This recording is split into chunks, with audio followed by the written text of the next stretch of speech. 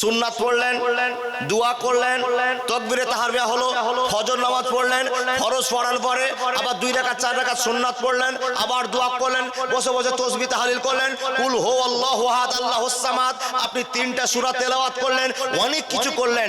একটা মানুষ মসজিদে ঢুকে মোটামুটি 15 মিনিট কাটাতে পারে, 10 মিনিট কাটাতে পারে, 20 মিনিট কাটাতে পারে।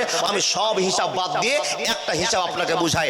এবার একটা মানুষ 24 ঘন্টার জিন্দেগিতে নামাজ পড়তে গিয়ে সময়টা মসজিদে কাটায় 1.5 ঘন্টা।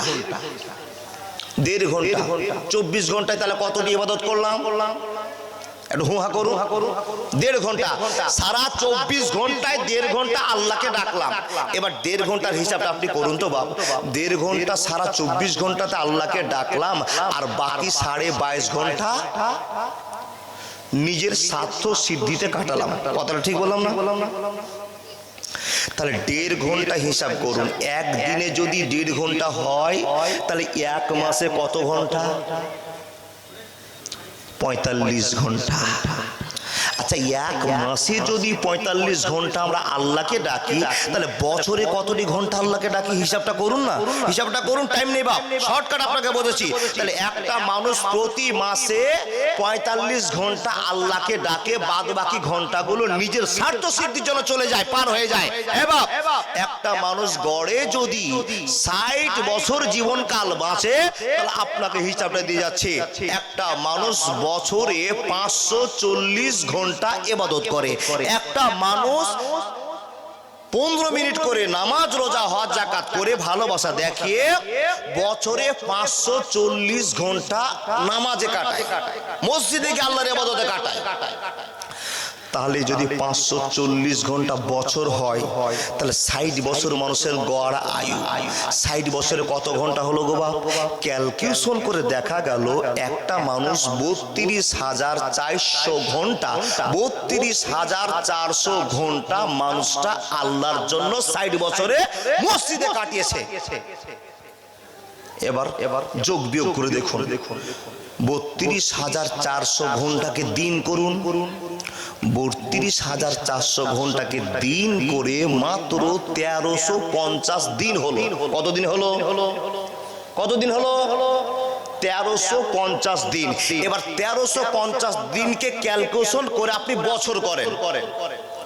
বছর করে হিসাব করে দেখা গেল 3.5 বছরের কিছু বেশি একটা মানুষ 10 বছর থেকে যদি নামাজ শুরু করে দেয় 60 বছর পর্যন্ত, ফরজ হওয়া থেকে নিয়ে শেষ পর্যন্ত, তো একটা মানুষ সারা জীবনে 60 বছরে মাত্র 3.5 বছর নামাজ পড়লো। আচ্ছা, এবার আপনারা শিক্ষিত মানুষ, বলুন আল্লাহ আপনাকে দুনিয়াতে পাঠিয়েছে ইবাদত বندگی করার জন্য, ভালো কাম করার জন্য। আচ্ছা আব্বাজান বলুন, আপনি 60 বছরের ভিতরে কোনদিন কাজা করেননি, কোনদিন আপনি নামাজ ছেড়ে দেননি, কোনদিন আপনার নামাজে ফল্ট হয়নি, কোনদিন আপনার বায়াত বাড়িতে ভুল হয়নি, সবগুলো ধরেই একটা মানুষ 60 বছরের জিন্দেগিতে মাত্র 3.5 বছর নামাজ পড়লো। আচ্ছা বলুন তো আপনার বিবেকে কি বলে আপনি জান্নাতে যাবেন? 60 বছরে একটা মানুষ মাত্র 3.5 বছর নামাজ রোজা করে নামাজ পড়েও জান্নাতে যাবে গো বাপ? যাবে না। মাওলানা আপনার যুক্তি কি একটুখানি বলে দেন। এ পৃথিবীর মানুষ শুনলেন 3.5 বছর নামাজ পড়ে জান্নাত পাওয়া যাবে না, একটি বছরে 1 মাস মাত্র রোজা করি, তাহলে একটা মানুষ যদি 60 বছর বাঁচে, তো একটা মানুষ 60 বছরে 60 মাস রোজা করেছে, এই মাসটাকে আপনি বছরে ফেলুন, এই মাসটাকে বছর করতে গিয়ে 5 12 কত কত গো? 5 বরং 60। আপনি 12কে দিয়ে ক্যালকুলেশন করতে যান। হে মুসলমান, একটা মুসল্লি যে কোনোদিন রোজা ছাড়েনি, যে কোনোদিন রোজা ছেড়ে সাগা নোংরা ভাষায় কথা বলেনি, বন্ধুরে আমার, এতগুলো ইবাদতের মধ্য দিয়ে যে লোকটা রোজা করেছে, এই লোকটা রোজা করতে গিয়ে নির্ণয় করে হিসাব করে দেখা গেল 60 বছরে মাত্র 5 বছর রোজা করেছে। তাহলে 3.5 বছর নামাজ, 5 বছর রোজা, এটুকুই করে কি আমি জান্নাতে চলে যেতে পারবো? না, না পারবো না, না পারবো না। এ মানুষের দল, আপনি চট করে প্রশ্ন করবেন, বেটা এমদাদুল, বন্ধু এমদাদুল, আপনার কাছে আমাদের প্রশ্ন, নামাজ পড়ে জান্নাত যাওয়া যাবে না, রোজা করে জান্নাত যাওয়া যাবে না। মানুষের দল, ঠিকই শুনেছেন, শুধু নামাজ আর রোজা করে জান্নাত পাওয়া যাবে না। এই নামাজ পড়ে, রোজা করে, হজ করে, যাকাত দিয়ে, সত্য কথা বলে, ইয়াতিমের মাথায় হাত দিয়ে, সম্পূর্ণ আল্লাহর আদেশকে মানার পর জিন্দেগি করে আপনি যখন চলে যাবেন, তিলকাল জান্নাতুল লাতী নূরে সুমিনে বাদেনা মান কানা তাকিয়া, তখন আপনি জান্নাতের অধিবাসী হবেন, তাছাড়া আদিবাসী হবে না, হবে না, হবে না। আপন মানুষ চিনা বড় দায় রে, আপন মানুষ বোঝা বড় দায়, আপন মানুষ চিনা বড় দায় রে, আপন মানুষ বোঝা বড় দায়। চাইলে তারে যায় না বলা, বুকের ভিতর কষ্টের মেলা, আপন মানুষ সবচেয়ে বেশি আপনকে কাঁদায়, আপনকে কাঁদায়, আপন মানুষ চিনা বড় দায় রে, আপন মানুষ বুঝা বড় দায়। বাবুই পাখি ঘর বাঁধিলে হয় না ঘরে ঠায়, ঝড় বাদলে কাটায় রে সে ঘরের দরজায়, পারে না সে ছাড়তে মায়া, ছাড়ে না ঠিকানা, আমি হলাম পথের পথিক, সবই আমার জানা। সময় সুযোগ পেলে মানুষ আপনকে কাঁদায়, আপনকে কাঁদায়, আপন মানুষ চিনা বড় দায় রে, আপন মানুষ বোঝা বড় দায়। একবার জোরে বলুন না, নারাই থাকবে। কি বুঝলেন? শুধু যদি নামাজ রোজা করে নিয়েছেন আপনি বড় মুসাল্লি, খবরদার ভুল করবেন না, জান্নাত যেতে পারবেন না, পারবেন না, পারবেন না। আমি আমার মুখ থেকে বলছি, নবীজির সুন্নাহ থেকে কথা আপনাকে বলছি, আল্লাহর কোরআন থেকে বলছি।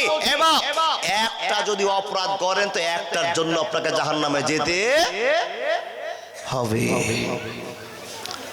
মাওলানা, তাহলে জান্নাত যাওয়ার জন্য কি কি কর্ম দরকার? জান্নাত যাওয়ার জন্য যেগুলো আপনি জানেন, কি নামাজ রোজা হজ যাকাত, এগুলো মূল ইবাদত করতেই হবে। তারপরে এডিশনাল আমল করতে হবে। এডিশনাল আমল কি? রাস্তায় একটা ইট পড়ে আছে, সরিয়ে দিতে হবে। এই বাড়িতে খাওয়ার নাই, খাওয়ার পাঠাতে হবে। একটা গরিব খেতে পাচ্ছে না, ছিঁড়া লুঙ্গি পড়ে আছে, সাহায্য করতে হবে। একটা বাচ্চা বসে আছে, মাথায় হাত বোলাতে হবে। পৃথিবীর যতগুলো আপনি জানেন যেগুলো ভালো কাজ, সবই করতে হবে, নাহলে জান্নাত যাওয়া যাবে না। এবার জান্নাতের আশা সবাই করি, কিন্তু আপনার কাছে আমার প্রশ্ন, আপনি এমন কি আমল করেছেন যে আপনি জান্নাতের আশা করে বসে আছেন? বলে মাওলানা আমি 5 ওয়াক্ত নামাজ পড়ি, একদম আমি কাজা করি না, মিস্টেক করি না, বলে আপনি জান্নাত পাবেন না। নামাজ পড়ি মাওলানা, কোনো দিন দান করি না। নামাজ পড়ি মাওলানা, কোনো দিন গরিবকে দেখি না। নামাজ পড়ি মাওলানা, কোনো দিন বিধবার মাথায় আমি হাত দিই না। নামাজ পড়ি না মাওলানা, কোনো দিন ইয়াতিমের মাথায় হাত বুলাই না। নামাজ পড়ি মাওলানা, কিন্তু এই সমস্ত ভালো কাজগুলো করি না। এবার আপনার জীবনে ভুল আছে, আপনার থিওরি ভুল, আপনার ইবাদত ভুল। এই ইবাদত করে জান্নাত পাওয়া যাবে না। নামাজ রোজা হজ যাকাত করবার পরে আল্লাহ পাক রব্বুল আলামিন বলছেন মেইন একটা কাজ আছে, সেটা হলো দান করা। এটা হলো একটা পাওয়ারফুল ইবাদত, পাওয়ারফুল ইবাদত। আপনাকে বুঝাতে আরম্ভ করলাম, দান যে এত করছি, যত জায়গায় জালসা হচ্ছে 10 লাখ 15 লাখ 20 লাখ 30 লাখ 40 লাখ পর্যন্ত জালসা কালেকশন যার দিচ্ছে সবই মুসলমান। মাওলানা দান করে এত কি লাভ আছে যে আপনি দান সম্পর্কে বলতে আরম্ভ করেছেন। এবার শুধু আল্লাহকে আপনি ভালোবাসা দেখাবেন, আল্লাহ আপনাকে ভালোবাসা দেখিয়ে দিবে। কি ভালোবাসা? ওয়াজ শুনুন। দান করে লাভ কি? রব্বুল আলামিন বলছেন, মান জাআ বিল হাসানাতি ফালাহু আসরু আমসালিহা যে ব্যক্তি আল্লাহর ভয়ে আল্লাহকে খুশি করার জন্য মাবুদকে ভালোবাসা দেখার জন্য নিজের কামাই করা টাকা রক্ত ঝরা টাকা অনেক কষ্টের টাকা 100 টাকা মাদ্রাসায় দিবে 100 টাকা মসজিদে দিবে 100 টাকা বিধবাকে দিবে 100 টাকা ফকিরকে দিবে এ মুসলমানের দল আল্লাহ পাক রব্বুল আলামিন বলছে বান্দারে যখন তুমি নামাজ পড়বে রোজা করবে হজ করবে যাকাত দিবে শক্তি মোতাবেক তুমি ইবাদত করবে আর করার পর যখন তোমার মনে চাইবে এই গরিবটাকে 50 টাকা দিতে হবে ইয়াতিমটাকে 10 টাকা দিতে হবে এই মানুষের দল এই কর্মটা আপনার জীবনের কতটা উন্নত করে দিবে মানুষের দল একবার ভালো করে বোঝার চেষ্টা করুন মানুষকে রব্বুল আলামিন লক্ষ্য করে বলছেন মান জাবিল হাসানাতে ফালাহু আসরু আমসালেহা মানুষের শুনে নাও 1 টাকা যদি মাদ্রাসায় দান করে দাও 1 টাকা যদি মসজিদকে দান করে দাও কত লাভ হবে কান খুলে শুনে নাও হে বান্দা তুমি বুঝে নাও 1 টাকা যদি তুমি দুনিয়াতে কাউকে দেখে আমার ভালোবাসাকে কবজা করে নিতে পারো আমি আল্লাহ তোমাকে 1 টাকার বিনিময়ে 10 টাকা পুড়িয়ে দিব অসুবিধা হবে না হবে না হবে না